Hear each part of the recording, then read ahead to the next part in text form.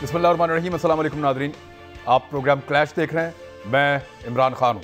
मेरे साथ जो मेहमान मौजूद हैं तारुफ कराऊँ ताकि बातचीत का बराह रास्त आगाज़ करें। सदाकत अली अब्बासी साहब, मेंबर कौमी असम्बली पाकिस्तान तहरीक इंसाफ। सेनेटर निहाल हाशमी साहब, आपका ताल्लुक PMLN से है, बहुत शुक्रिया। हमारे साथ जर्नल रिटायर अमजद शुएब साहब मौजूद हैं आज के प्रोग्राम में, दिफाई और पोलिटिकल तजियाकार हैं। बहुत शुक्रिया सर आपका भी ज्वाइन करने के लिए।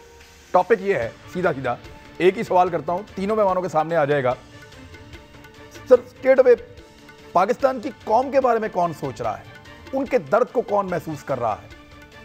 यानी अपोजिशन अगर एहतजाज करती है और कौम का नारा लगाती है या उनकी तकालीफ का जिक्र करती है तो एक शक उठा दिया जाता है कि ये अपोजिशन इसलिए कर रही है कि उनके अपने केसेस, उनकी अपनी मुसीबतें और उनके अपने मामलात हैं। और फिर अपोजिशन हम देखते हैं वक्त के साथ साथ कि वो कौमी मामलात या लोगों की बुनियादी ज़रूरियात के मामलात से हटके बाज़ औक़ात वो दूसरे मामलात के ऊपर ज़्यादा तवज्जो दे रहे होते हैं। यानी फ़ौज के ऊपर चढ़ाई करना, इदारों के ऊपर चढ़ाई करना, लोगों को पिन पॉइंट करना, फिर जो है वो जिस किस्म के नारे लगे मरीम नवाज़ के शेर जवान प्रोग्राम के अंदर, वो चीज़ें ये किसी और तरफ जाती हुई दिखाई देती हैं और इनका नुकसान होता है उस असल मिशन को जिसको पब्लिक सपोर्ट करती है कि आप हमारे लिए आवाज़ उठाएं और हमारे हक़ के लिए आवाज़ उठाएं। दूसरी जानिब हुकूमत की तरफ जब आवाम देखती है तो वहाँ उनको मायूसी होती है।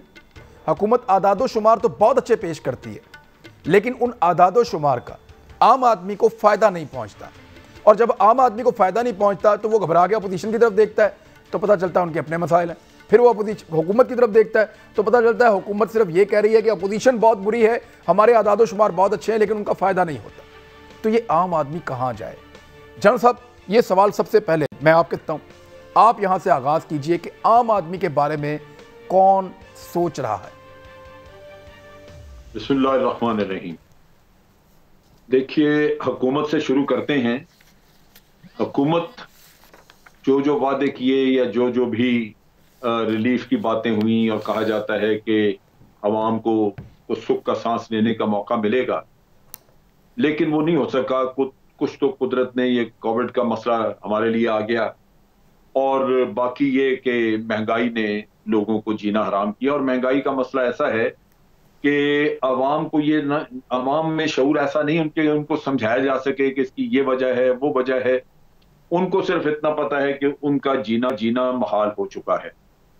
अब ये वो चीजें हैं जहां पे कि आपने ऑपोजिशन की तरफ देखना होता है कि ऑपोजिशन उन मामलात पे बात करे और हुकूमत को उसकी कोताहियां बताए, वो एरियाज बताए जहां पे कि इम्प्रूवमेंट की जरूरत है, ताकि अवाम के लिए कुछ सहूलत हो सके, रिलीफ हो सके। तो एक तरफ तो गवर्नेंस के इशूज और ये महंगाई और हुकूमत के मसले थे, दूसरी तरफ ये हुआ कि ऑपोजिशन फंस गई अपने मुकदमात में। मौलाना फजलुर रहमान पहले से तड़प रहे थे पार्लियामेंट में बाहर रहने से, उनके मैं कोई भी मुतालबा वो करें वो मैं उसको वो अहमियत नहीं देता। उसकी वजह ये कि वो पहले दिन से कह रहे थे कि आप हरफ ना उठाएं, यानी उनके हिसाब से तो चूंकि वो बाहर रह गए लिहाजा निजाम को लपेट देना चाहिए था। लेकिन बाकी पॉलिटिकल पार्टी जो है वो पॉलिटिकल सिस्टम का हिस्सा बनी, पार्लियामेंट में भी गई, लेकिन वक्त के साथ साथ जैसे मुकदमात खुलते गए फोकस जो है वो चेंज होता गया। ठीक है, अब इसमें चीज ये है कि इसमें जो हमारे लीडर्स हैं, अभी निहाल बैठे हैं, निहाल का अपना कोई मसला नहीं, एक शरीफ आदमी है, एक अपनी जराए के अंदर जिंदगी गुजार रहा है, लेकिन निहाल आदमी की एक वफादारी भी है। आम पॉलिटिकल वर्कर की वफादारी अपनी पॉलिटिकल पार्टी के साथ हो सकती है, लेकिन उससे बढ़ के उसकी वफादारी अपने मुल्क के साथ होनी चाहिए। क्या आप गुलाम है किसी के? अब मसला यहां पे आ गया कि अगर पॉलिटिकल लीडर्स को हम देखें, मुकदमा तो उन्हीं के हैं जो लीडर्स हैं पार्टी के सबसे बड़े, लेकिन बाकी हजरात जो है वो उनके उन मुकदमात में जानते बूझते उनकी सारे किरदार और झूठ और ये वो जो कुछ भी होता रहा, लेकिन ये अपनी वफादारी के चक्कर में अपने अवाम की बात ही नहीं कर रहे। तो दुख ये है कि जिसने भी सोचा उसने अपने मुफाद का या अपनी पार्टी जिसकी गुलामी वो कर रहा है उसी के मुफाद का सोचा, अवाम का तो किसी ने सोचा ही नहीं। ठीक है निहाल हाशमी साहब, अब मामला यह है कि जिन लोगों के केसेस चल रहे हैं अब सिर्फ अपने केसेस को फेस करें और उन मामलात की तरफ देखें, और बाकी जो आपकी क़यादत है वो खालिसतन केसेस को छोड़कर पब्लिक इश्यूज़ के ऊपर बात करें, लोगों की मिजरीज़ के ऊपर बात करें, महंगाई, बेरोज़गारी, गुर्बत और बदअमनी के ऊपर बात करें, तो शायद आपकी तरफ लोगों का रुझान पहले से बहुत ज़्यादा बढ़ जाए। लेकिन हम ये देख रहे हैं कि कोई ना कोई ऐसा नारा लग जाता है, कोई ना कोई ऐसा जुमला आ जाता है, या कोई ना कोई ऐसी चीज आ जाती है कि पब्लिक इशू पीछे रह जाता है और वो डिस्कशन सारी उसकी तरफ शिफ्ट हो जाती है। बिस्मिल्लाहिर्रहमानिर्रहीम। इमरान, आज आपका सब्जेक्ट बहुत अच्छा है और बहुत ही टू द पॉइंट है, मौजू है कि हमें अवाम के बारे में कौन सोचना और कौन सोचना नहीं रहा है। अवाम के बारे में हर उस शख्स को सोचना चाहिए जिसको अल्लाह ने साहिबुर राय बनाया है, जिसको अल्लाह ने साहिब सरवत बनाया है, जिसको अल्लाह ने साहिब इख्तियार बनाया है। और ये साहिबुर राय, साहिब सरवत, साहिब इख्तियार कौन लोग हैं? कुछ पार्लियामेंट में बैठे हुए, कुछ सरकारी इमारतों में बैठे हुए, और कुछ आप जैसे और वो जो दानिश्वर हैं जो लोगों की ओपिनियन मेकिंग करते हैं। तो ये सारे मिल के रियासत को हम लेके आगे बढ़ते हैं। कुछ रिसर्च स्कॉलर्स होते हैं जो मार्केट्स को देखते हैं, ताजिर भी होते हैं यकीनन। अब हमारी बदकिस्मती से हमने पार्लियामेंट को वो अहमियत देना छोड़ दिया है। पार्लियामेंट के एजेंडे पे वो बात नहीं होती है, पार्लियामेंट के एजेंडे को बर्खास्त कर दिया जाता है। पार्लियामेंट में हम मजबूर हो जाते हैं या मजबूर कर दिए जाते हैं कि आप बाइकआउट करें, उस सेशन में आप ना बैठें। होना तो ये चाहिए कि एजेंडा वाइज, मैं जब सेनेट में था, रज़ा रब्बानी साहब कमाल का इशू लेते थे। मैं कम से कम 12 तकरीर हमने पानी पे की हैं, कम से कम। मुझे याद है मैंने महंगाई पे की है, बच्चों पे की है, वो जो बच्चे स्कूल नहीं जा रहे उनके ऊपर किया है, मिसिंग लोगों पे किया है, वो जो बच्चे जो औरतें जिनके साथ ज्यादती होती है उस पर हमने किया है, गरीब पे किया है। बहुत सारे प्रोग्राम्स हो सकते हैं और किए जा सकते हैं। माइनॉरिटीज़ पे किए हैं, माइनॉरिटीज़ पे भी किए जाने चाहिए। मगर बदकिस्मती से हमने अपनी प्रायोरिटीज़ अपने मध्य मुकाबिल को नीचा दिखाने के लिए किया हुआ है। इसी तरह से हमारे जो सरकारी एहलकार हैं वो ऑफिस में बैठ के बाबू से लेके चेयरमैन तक वो अपनी नौकरी सीधी करते हैं और वो सोचते हैं कि आज शाम को मैंने यहाँ से लेके क्या जाना है और अपने बॉस को कैसे खुश रखना है। और जो हमारे थिंक टैंक्स है वो अब उस अंदाज में नहीं सोच रहे हैं। दानिश्वर हमारे पास बदकिस्मती से दानिश्वरों की बड़ी कतुल रजाल है। जिस मुल्क में अच्छे दानिश्वर हो तो अपने लोगों की सोचने के धारे को मोड़ देते हैं, एक नई तब्दीली लाते हैं, हुब्बुल वतनी का एक नई बीज बोते हैं, मिल्ली नगमे होते हैं, कौम की बात होती है, ज़मीन की बात होती है, उसमें उगने वाले फसलों की बात होती है, अपने पहाड़ों की बात होती है, अपने नदी की बात होती है, अपनी दुख की बात होती है, अपनी कामें। मगर ऐसा नहीं है। हम अब सामने मध्य मुकाबिल को रख करके अपने तरन्नुम भी बनाते हैं, अपने सोच को भी परवान चढ़ाते हैं और हम समझते हैं कि शायद हम सही हैं और सामने वाला गलत है। हम एक दूसरे को बर्दाश्त करने को तैयार नहीं। हमें टॉलरेंस लेवल को बेहतर करना होगा, एक दूसरे को बर्दाश्त करना होगा, हमें मार्केट में बैठना होगा। ये नहीं है कि अगर इसने रोटी महंगी कर दी तो उसको प्रोपोगेट करने नहीं करें, बल्कि हमें वो अवामिल को ढूंढना है कि रोटी महंगी कोई थर्ड पार्टी कौन है बीच में, जो खेत और मंडी और दुकानदार के बीच में मुनाफा कमा के जा रहा है। वो कौन लोग हैं जो लोग इसको इस्तेसाल। ठीक है, हम अपोजिशन है, अगर हम गवर्नमेंट पे तनकीद कर रहे हैं अपनी जगह, मगर हमें यह भी सोचना है कि ये हो क्यों रहा है, उसके पीछे अवामिल कौन है, वो कार्टेल्स कौन है, वो होर्डिंग करने वाले कौन है। और हमारे स्कूल में आप देखें कितने निसाब हैं। जब आप ए लेवल और ओ लेवल और गवर्न वो वाले पढ़ते हैं कॉन्वेंट सिस्टम में, तो उनको पता ही नहीं है कि पाकिस्तान और बर्रे सगीर की तारीख और इस्लामी तारीख का पता ही नहीं है, हमारी जद्दोजहद का पता ही नहीं है। वो तो कहीं पे मोहन की कहानी है, कहीं पे राम की कहानी है, कभी किसी जॉन की कहानी। हमारे बच्चों को हम पढ़ा ही नहीं रहे कि हम अपने डॉक्टर कदीर खान को तो हम पढ़ा ही नहीं रहे कि हम डॉक्टर कदीर खान एक कैसा आदमी है, ईदी साहब कौन थे, हम ये बता नहीं रहे कि अदीब रिजवी कौन था, हम बता नहीं रहे हमारे बड़े बड़े मुश्ताक यूसुफ शायर। हम निहाल भाई अब्दुल कदीर खान साहब के बारे में और आपका मीडिया भी नवाज शरीफ साहब ने वादा किया था कि अब्दुल कदीर खान को मैं सदर पाकिस्तान बनाऊंगा, फिर उन्होंने ममनून हुसैन को बना दिया।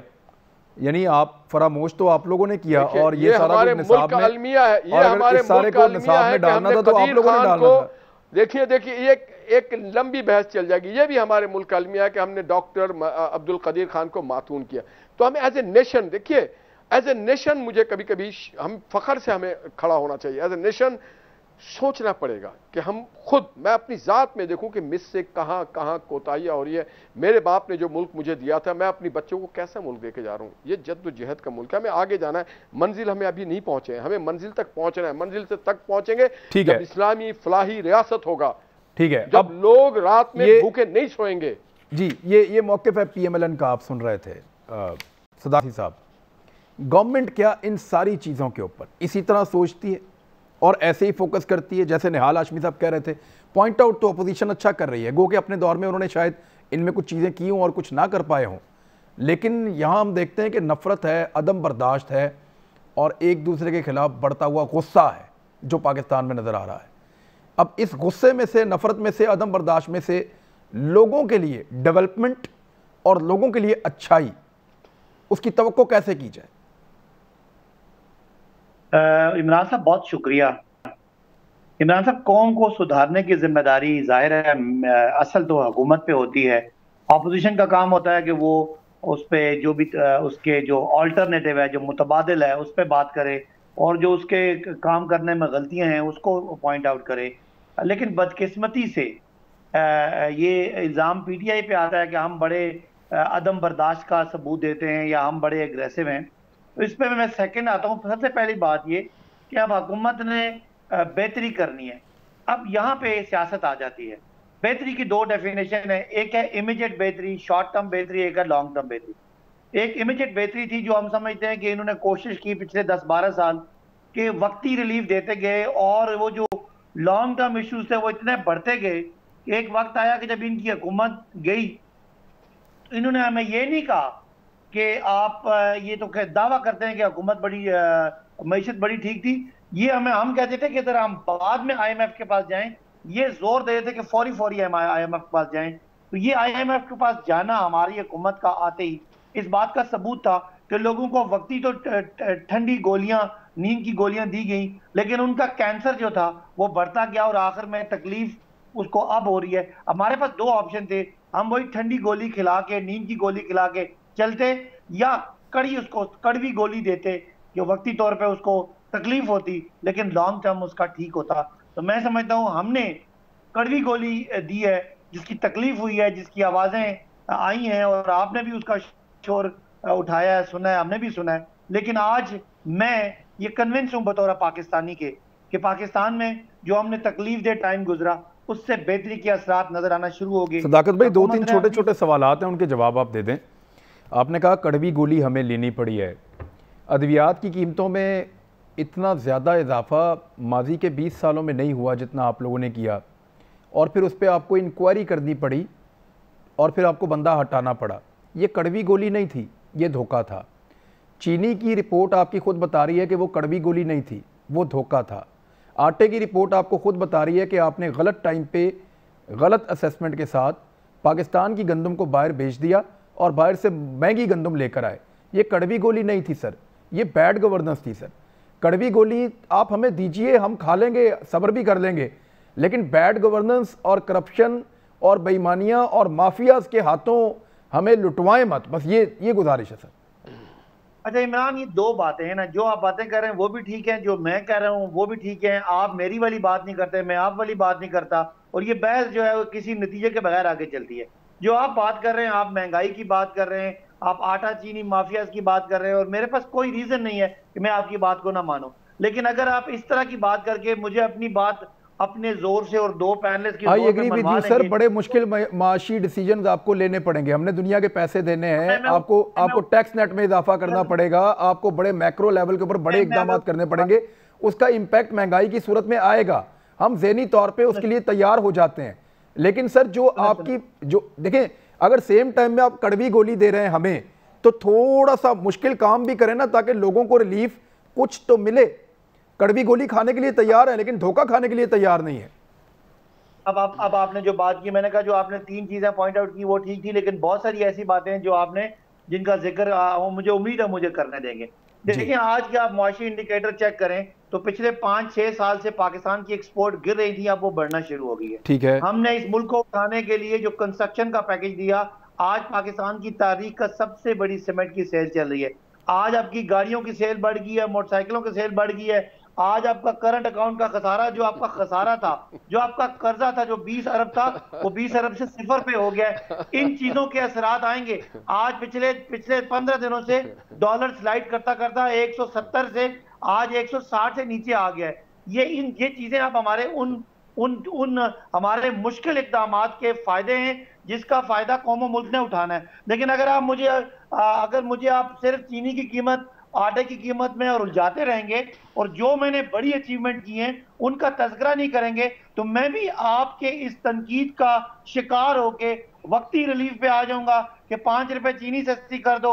लेकिन ये जो मैंने बहुत बड़ा रिलीफ दिया, आज आपने सुना होगा कि आज इंडस्ट्रीज को बिजली आधी कर दी है, ऑफ पीक आवर की बजाय पीक आवर सब एक कर दिया है। और हम कोशिश कर रहे हैं कि हम एक्सपोर्ट को अगर बढ़ाएंगे, डॉलर हमारे पास आएंगे, पाकिस्तान का खजाना भरेगा, तो फिर हम रिलीफ दे सकते हैं। ठीक है, ठीक है, ठीक है। सदाकत भाई एक सेकंड, सदाकत भाई एक सेकंड, मुझे एक ब्रेक लेना है। अब मामला ये है कि अगर आपके पास बकौल आपके आप अच्छे काम कर रहे हैं, कुछ इंडिकेटर्स बहुत अच्छे आ रहे हैं, लेकिन उसकी अवाम तक असरात आने में वक्त लगेगा, ये बात ठीक है। दूसरा एक नुक्ता जो मेरा है कि गवर्नेंस के इशू को अगर आप बेहतर करें, अगर गवर्नेंस को थोड़ी सी बेहतर करें तो अवाम को इमीडिएट रिलीफ भी मिल जाएगा कि जो लोग अवाम की जेब पे डाका डाल रहे हैं वो रुक जाएंगे कुछ देर के लिए। ये मेरी गुजारिश है। अब अगर अपोजिशन ये कहती है कि हुकूमत ठीक नहीं कर रही, तो फिर अपोजिशन के पास एक इस्लाहाती एजेंडा होना चाहिए, जो अभी तक उन्होंने कहीं पे सामने नहीं रखा। ब्रेक के बाद इस पे बात करते हैं।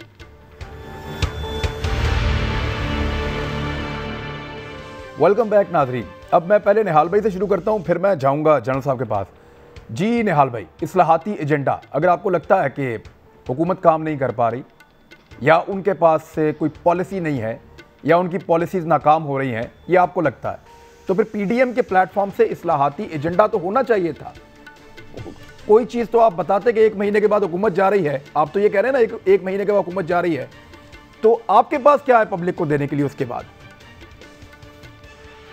गुड इमरान, देखिए मैं जब सदाकत भाई बात कर रहे तो मुझे बड़ी तेज हंसी आ रही थी। हंसी इस बात पे आ रही थी कि उन्होंने कहा 170 से 160 पे आ गए। भाई 100 से 170 पे आप लेके गए, नंबर 1। नंबर 2, उन्होंने कहा कि गाड़ी और एयर कंडीशनर, जो भी कुछ गाड़ियां लोगों, हर पाकिस्तानी 22 करोड़ के पास गाड़ी का मसला नहीं है कि गाड़ी की कीमत बढ़ रही है या घट रही है। मैं एक छोटी सी मिसाल दूंगा। मैं कानून का तालिब इल्म, मैं वकील हूं, मैं मैशियत का नहीं हूं, मगर मैं एक बात आपको बताना चाहता हूं इकोनॉमी के बारे में। 12 IMF का जो प्रोग्राम था, जो इसाक डार साहब के दौर में हुआ था, वो फाइनली पाकिस्तान के बहुत सारे और IMF पे प्रोजेक्ट आए, प्लान आया, प्रोग्राम आया, मगर वही था जो 2016 में जिसको सही एहसन तरीके से कंप्लीशन किया गया उस प्रोग्राम को। और उस दौर में आप देखें, IMF ने भी कहा कि बेस्ट प्रोग्रेस किया पाकिस्तान ने, प्रोग्राम भी कंप्लीशन हुआ, हमने 30 अरब डॉलर वापस भी किया, मोटरवेज भी बनाए, हाईवेज भी बनाए, बिजली घर भी बनाए, CPEC का नया अरबों डॉलर भी हम लेके आए पाकिस्तान में, लोगों को सस्ती रोटी भी दी, आटा भी सस्ता दिया, चीनी भी सस्ता दिया, घी भी सस्ता दिया, एजुकेशन भी दिया, लैपटॉप भी दिया, ये शहबाज शरीफ साहब ने दिया। मेट्रो बस ना सिर्फ पूरे पंजाब के 3 मेजर सिटीज में दिया, बल्कि कराची में भी दिया। ये मैं निहाल भाई, ये सारी आपकी अचीवमेंट जो है ये कौम जानती है, और हमने कई दफा इन पे रिपोर्ट किया है। जो आपका मैं जानना चाहता हूं कि नेक्स्ट क्या, व्हाट इज नेक्स्ट? इन्होंने लोन भी लिया, इन्होंने नेक्स्ट हम देंगे, हमारे पास इसाक डार जैसी टीम है जो पाकिस्तान सर, वो तो इश्तिहारी हो गया ना, वो फिर आ जाएंगे वापस, कैसे आ जाएंगे? लैपटॉप भी देगी, नए हॉस्पिटल भी देंगे। देखिए ना, पंजाब लीवर ट्रांसप्लांट जैसा हमने हॉस्पिटल दिया, बच्चों को लैपटॉप भी देंगे, हॉस्पिटल भी देंगे, कॉलेज भी देंगे, यूनिवर्सिटी भी देंगे, रोजगार भी देंगे, हम अमन भी देंगे इस मुल्क को, और इसको फख्र भी देंगे हम। हमारे पास इसाक डार वाली टीम है जो पता है उन्हें कि IMF से कैसे डील किया जाता है। IMF की डिक्टेशन नहीं लेना हमने अपने मर्जी से पाकिस्तान की इकोनॉमी को चलाना है, हमने किसी से डिक्टेशन नहीं लेना है। तो बात सारी ये है कि आप अपने लोगों का जब सोचते हैं, यहां पे आज सर्कुलर डेट कहां पहुंच गई, आज ये बिजली इस्तेमाल नहीं कर पा रहे, आज गैस फराम नहीं कर पा रहे, आज डॉलर कहां पहुंच गया। आप एक चीज और भूल गए कि जनाब नदीम बाबर साहब के दौर में पेट्रोल का और पेट्रोलियम मसनूआत का क्या हाल हुआ। ये सारी छोटी छोटी जो चीजें हैं, बुनियादी बेरोजगारी का खात्मा करना है। अगर लोग बेरोजगार होते रहेंगे तो वो जो आदमी अपने पेट को रो रहा होगा, अपने बच्चों को पढ़ा नहीं सकता है, घर का किराया नहीं दे सकता है, दुकानदार अपने दुकान का किराया नहीं दे सकता, अपने सेल्समैन को क्या देगा वो? बात हमारी नहीं है, बात हुआ है जो ठीक है, यू हैव अ प्लान। अब मैं आपने सोचा है, जनाब साहब वो कह रहे हैं कि गाड़ी वालों के लिए सोच रहे हैं, जो मुझे समझ आई है, गाड़ी वालों के लिए सोच रहे हैं, कार के लिए सोच रहे हैं, डेली वेजेस के लिए कौन सोचेगा? सर रुकिए एक मिनट, मैं जनरल साहब मुझे जो समझ आ रही है PMLN से, वो कह रहे हैं कि वी हैव, और हमने पहले साबित किया। वो ये कह रहे हैं कि हमने साबित किया और हमने डेवलपमेंट करके दिखाई, और लोगों को मार भी नहीं पड़ने दी बकौल उनके। अब वो ये कहते हैं कि हमें कोई ऐसी इस्लाहाती पैकेज या प्लान देने की जरूरत नहीं है, हम खुद एक प्लान है, हम आएंगे तो इंप्लीमेंट कर देंगे, और इसाक डार साहब जैसी एक टीम उनके पास मौजूद है। तो व्हाट्स योर टेक सर, क्या कोई ऐसी ऐसी ऐसी चीजें आपको नजर आ रही है कि अपोजिशन के पास हल है हर मसले का इस वक्त इस इकोनॉमी को, इन हालात को देखकर? देखिए, जिस दिन ये हुकूमत पीटीआई की आई, उसने आते ही कोई ऐसी तबाही तो नहीं फेर दी थी जिससे कि हमारे हालात बिगड़ जाते। सो पहले दिन से तो वही था जो ये पीछे छोड़ के गए। 95 बिलियन डॉलर का कर्जा छोड़ गए, और ये कर्जा आपकी जीडीपी का ऑलरेडी तकरीबन 83% के करीब था। जब 83% आप अपनी जीडीपी का कर्जा ले लें और आप बेतहाशा आप छोड़ जाएं, सर्कुलर डेट भी छोड़ जाएं, और उसके साथ साथ लॉस जो सरकारी अदारे हैं, गवर्नमेंट एंटिटीज, उनके ऊपर भी आप लॉसेस इतने छोड़ जाएं। 20 बिलियन का आपका वो भी कर्जा हो गया जो आपने करंट अकाउंट डेफिसिट छोड़ा है। मेट्रो बस चलाएं तो उसमें भी आपको 12 अरब रुपया सालाना उसकी सब्सिडी देनी पड़े, और फिर वो सब्सिडी 2 साल 3 साल देने के बाद जब बसें पुरानी हो जाएं तो फिर आपको समझने लगे कि आपने लेनी कहां से है, फिर कर्जा ले आओ। बात ये है कि ये क्लेम जो करना ये आसान है। जब आप एक वक्त पे सब कुछ करते हैं, आप मैं कर्जा लेके अपने घर में लेके आ जाऊं, मर्सिडीज गाड़ी, बच्चों को होटलों में खाना साना सारा, वो बड़े खुश हो जाएंगे। लेकिन अगर मैं उसके बाद चले जाऊं और बेटे को कहूं कि अब तुमने उतारना है, तो उसके लिए तो वबाले जान बन जाएगी ये चीज। अब उतारने वाले के लिए वबाले जान बनी भी, और वो और कर्जे ले रहे हैं आगे से लेके। अब भी आज पार्लियामेंट उनसे ये नहीं पूछ रही कि आप कर्जे उतारेंगे कैसे, तो उतारने की तो सख्त नहीं। अभी आप जब कर्जा देंगे तो डेवलपमेंट फंड आपके पास नहीं होंगे, आप कहां से देंगे डेवलपमेंट फंड? आपको हर दफा आगे कर्जा लेके तो फिर पूरा करना पड़ेगा। बात यह ना कि ये तो आप अपने घर में देख लें कि अगर एक आदमी की कमाई 20,000 रुपया महीना है और वो कर्जा ले लेता है, 17,000 रुपया महीना उतारना पड़ जाता है, ये इतना कर्जा ले लेता है कि उसको 17,000 रुपया देना पड़ जाए, तो आप सोचें कि 3,000 में बाकी वो क्या करेगा? फिर कर्जे लेता रहेगा। तो ये मेरा ख्याल है कि देखें, यहां जो अच्छी बात हुई थी वो ये थी कि पार्लियामेंट में शुरू में शहबाज शरीफ साहब ने कहा था कि आइए एक मिसाक मईशत कर। मैं समझता हूं वो इंतहाई दूरअंदेशी की बात थी। उसकी बड़ी एक वजह है। उसकी वजह यह है कि माशियात को ठीक करना किसी एक पार्टी के बस की बात नहीं। इनको सबको मिलकर बैठना होगा, एक चीज। दूसरा ये कि ये लंबे वक्त का किस्सा है। ये एक हुकूमत के टेन्योर में ये सारी चीजें ठीक नहीं हों। अगर आज पॉलिसीज उन्होंने मिलकर बनाई हों तो वो पॉलिसीज फिर आगे कंटिन्यू होंगी, बेशक गवर्नमेंट इनकी हो या उनकी हो, किसी की भी हो। ये बड़ा जरूरी था। यहां पीटीआई की जो सबसे बड़ी फेलिंग है, इनका भी यही मसला है कि ये इन्होंने ऑपोजिशन के साथ एक वर्किंग रिलेशनशिप बनाई नहीं। अगर बनाते इसमें कोई, यानी अगर वो कहते हैं कि आए बैठ के आप मिसाक मईशत कर लें, तो इसमें डिस्कशन में क्या बुराई क्या अच्छी आप कर लेते। मिसाक मईशत जो था ना, उसको उसी वक्त मरियम नवाज ने कहा था कि वो मजाक मईशत है, यानी उसका मजाक मरियम नवाज साहबा ने और नवाज शरीफ साहब ने उसको माइंड किया था शहबाज शरीफ साहब के हवाले से कि who are you to sit with government, आप कौन होते हैं कि आप गवर्नमेंट के साथ बैठ के और बातचीत का आगाज करें।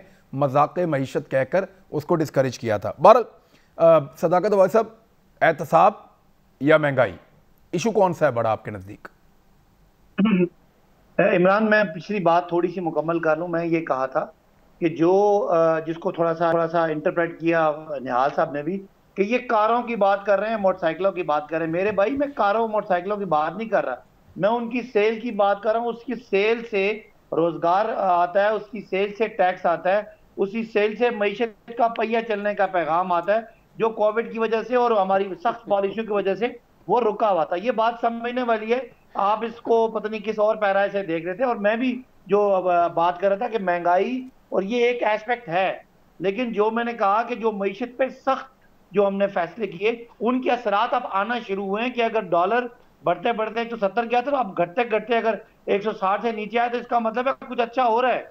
अगर आपके रिजर्व बढ़ गए, इसका मतलब है कुछ अच्छा हो रहा है। अगर बाहर से पैसा ज्यादा आना शुरू हो गया, इसका मतलब अच्छा हो रहा है। सर, अब मेरे सवाल पे आ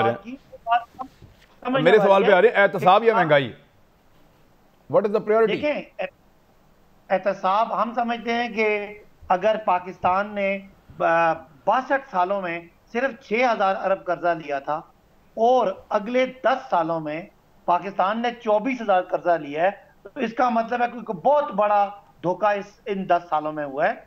और उन 10 सालों का, अगर हम 10 सालों में इक़्तिदार जिन लोगों के पास था, उन दोनों के से सुने, तो दोनों ने कहा कि दूसरे ने बहुत लूटा है, और हम समझते हैं दोनों ठीक। सर, पिछले 2 साल में कितना कर्जा लिया है? एहतसाब हमारा बिल्कुल पहला अपना हमारी प्रायोरिटी है। और हम समझते हैं एहतसाब के होने से जब पाकिस्तान में लूट मार रुकेगी, पाकिस्तान में माफियाज की अकाउंटेबिलिटी होगी, तो तभी महंगाई भी नीचे आएगी, तभी पाकिस्तान का खजाना भी भरेगा, तभी पाकिस्तान का खजाना भरेगा तो पाकिस्तान के गरीब आदमी को रिलीफ मिलेगा। चले मैं ठीक है, रुकें सर, एहतसाब को आपने प्रायोरिटाइज कर दिया। मैं ब्रेक लेने वापस आता हूँ, आप ही से बात करता हूँ।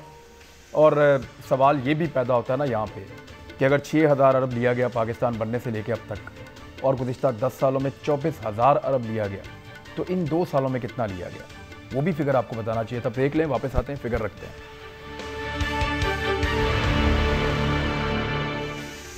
वेलकम बैक नाजरीन। सदाकत अब्बासी साहब, एक फिगर मैं आपके सामने रख देता हूँ। ज़रूरी नहीं कि आप उससे इत्तफाक करें, लेकिन ये फिगर छपा हुआ है और चैलेंज नहीं किया गवर्नमेंट ने किसी जगह पे, और सरकारी अदाद-ओ-शुमार के मुताबिक है। 34,616 बिलियन रुपए का जून 2018 में पाकिस्तान के ऊपर कर्ज था।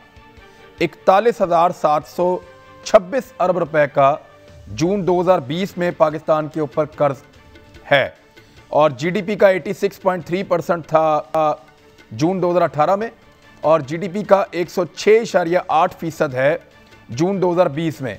आपने जो कर्ज लिया अपने पहले 2 सालों में वो है 7,110 अरब रुपए।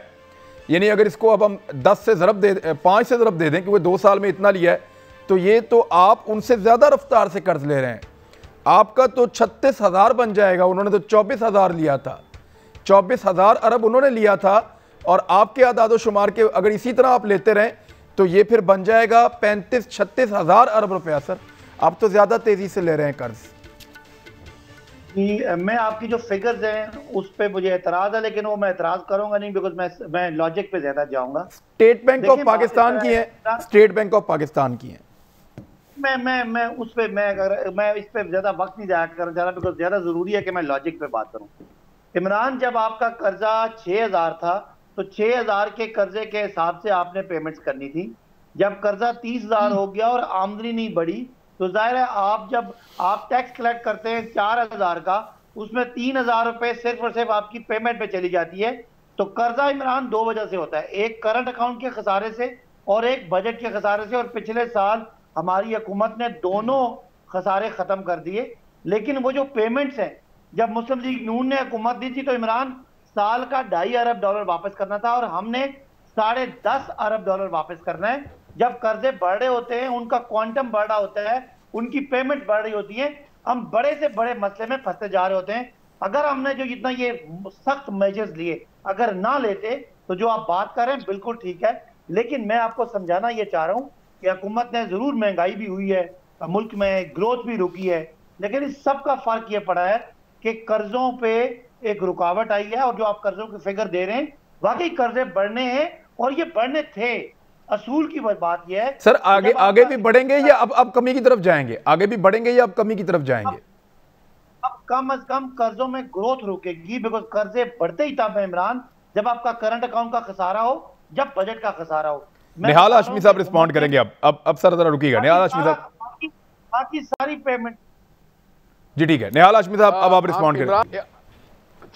इमरान, एक वाकया आपको बताता हूँ। मैं एक बार प्राइम मिनिस्टर मोहम्मद नवाज शरीफ साहब के साथ ट्रैवल कर रहा था, तो मैं 2016 में मैंने कहा करप्ट लोगों को आप क्यों नहीं पकड़ते हैं, इनको फिक्स करें। तो उन्होंने कहा मुझे कि लोगों ने मुझे अपनी वोट इसलिए दिया है कि मैं उनके अंधेरों मिटाऊं, रोशनी लेके आऊं। लोगों ने इसलिए वोट दिया है कि उनके बच्चे तालीम हासिल करें, उन्हें रोज़गार मिले। लोगों ने इसलिए वोट दिया है कि उनकी ज़िंदगी में बेहतरी आए, ना कि मैं इंतकाम लूँ। मैं इंतकाम लेने के लिए नहीं, मैं लोगों की ज़िंदगियों को बेहतर करने। एक तो ये मैं बताऊँ, ये चीज़ बहुत मुझे इंस्पायर किया। दूसरी चीज़ जो अभी मेरे भाई ने कहा, इन्होंने कहा सर, लेकिन इनको तो वोट मिला है सर, इनको तो इंतकाम के लिए वोट मिला है कि पकड़ो सारों को अंदर डालो। उनको तो वो खुद कहते हैं हमें वोट मिला ही इसलिए कि छोड़ने नहीं किसी को। सुन तो ले सर, देखिए, इंतकाम लेने के लिए नवाज शरीफ साहब ने कहा था कि इंतकाम नहीं, इंसाफ करने के लिए, एहतसाब करने के लिए इदारे हैं, अदालतें हैं, पुलिस है, करप्शन है, FIA है, बहुत सारे इदारे हैं पाकिस्तान में। प्राइम मिनिस्टर का काम नहीं होता है, प्राइम मिनिस्टर का काम होता है बड़े लेवल पे विजुलाइज करना। अब इन्होंने कहा था 12 अरब रुपया रोजाना का करप्शन हो रहा है। अगर वो 12 अरब आप निकालें रोजाना के हिसाब से, तो 2-2.5 सालों में वो कितने हजार अरब बनते हैं। वो पैसे का जरा हिसाब दे दीजिए। फिर ये हमें ये बता दें कि जनाब आप एक प्रोजेक्ट बता दें। हमने 30 अरब डॉलर वापस किया है, हमने कंप्लीट किया। इसाक डार साहब ने IMF की 12 जो प्रोग्राम था उसको 2016 में कंप्लीशन किया, पहला प्रोजेक्ट। तो फिर हमारे दौर में GDP 5.8 पे था जनाब। आज GDP कहां, सिर्फ GDP से बात होती। और फॉरेन रिमिटेंस से पाकिस्तान की कोई दुनिया के मुल्क अमीर नहीं होता, एक्सपोर्ट से होता है। आपका एग्रो बेस कितना अच्छा है, आपका इंडस्ट्रियल बेस कितना अच्छा है, आपका जो प्राइवेट सेक्टर या जो आपको जो सर्विसेज सेक्टर है वो कितना ऊपर जा रहा है, ये बात होती है। और मैं आपसे भी शिकायत करूंगा मीडिया के दोस्तों से कि आपने भी आज आपने बहुत अच्छा प्रोग्राम किया है, इस पे हमें बात करना चाहिए। अपने एग्रो नहीं सर, वो मैं रोज ही अच्छा प्रोग्राम करता हूं, आज आपको पसंद आ रहा है, इंडस्ट्रियल ग्रोथ पे बात करना चाहिए था, आज आपको पसंद आ रहा है। देखिए ना, हमारे किसान आपको देख रहे होंगे, हमारे मजदूर देख रहे होंगे, इंडस्ट्रियलिस्ट। जी, मुझे किसानों के साथ भी एक प्रोग्राम करना है, यू राइट। मैं इंशाल्लाह एक किसानों के साथ इसी वीक में प्रोग्राम करने वाला हूं मैं, जरा से पूछिए, और जिसमें उनके तमाम मसाइल हम सामने लेकर आएंगे। के बाद कितने प्रोजेक्ट इन्होंने लगाए, कितने, और करप्शन, इनका इकोनॉमी कह रहे हैं हम तो सूद वापस कर रहे हैं। पीएम हाउस के भैंस, जनरल साहब क्विकली मुझे कंक्लूड कर दें। ये हाल था जनरल साहब, पीएम हाउस से भैंस, sir thank you very much sir. General साहब हमें ये बहस आपने सुनी इस ब्रेक में, आप इसका कंक्लूजन जनरल साहब हमें दें कि कौन ठीक बात कर रहा है, आप बता दें सर। जनरल साहब देखिए, निहाल भाई जो बात कर रहे हैं ना, ये चूंकि दिल से तैयार होते हैं, वफादारियां हैं, ये फौरन ईमान लाने के लिए तैयार होते हैं कि जी मियाँ साहब ने ये कहा, ये ईमान ले आए।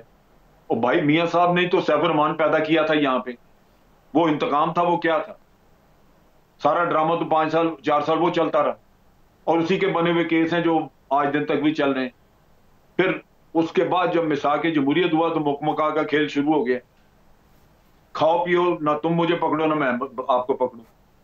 हुकूमत को जब वोट मिलता है किसी को, तो उसको पाकिस्तान की हुकूमत एक अमानत के तौर पे दी जाती है। उसने सिर्फ एक काम नहीं करना होता कि लोगों की तालीम बेहतर करे, उसने चोरी चकारी भी रोकनी है।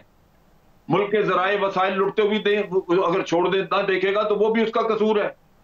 सबसे बड़ी चीज तो ये है जो अमानत पकड़ाई है आपको, अगर उस अमानत की बोरी में सुराख कर दिया जाए और आप बैठे देखते रहे कि नहीं जी मैंने तो सिर्फ तालीम की तरफ देखना है, तो आप फिर फेल हो गए हैं। चलो लेकिन एक चीज और है, अगर तो इस पॉलिसी के हुकूमतें आती रही है माजी में कि इंतकाम नहीं लेना और डेवलपमेंट करनी है, तो पाकिस्तान में डेवलपमेंट कहाँ हुई?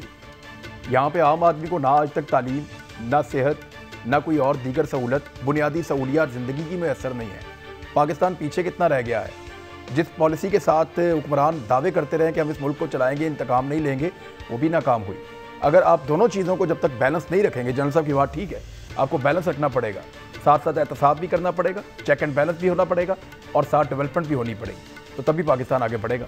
लेट्स सी, आइंदा फिर बात करेंगे। किसानों पे एक प्रोग्राम मुझे करना है। अपना ख्याल रखिएगा। अल्लाह हाफ़िज़।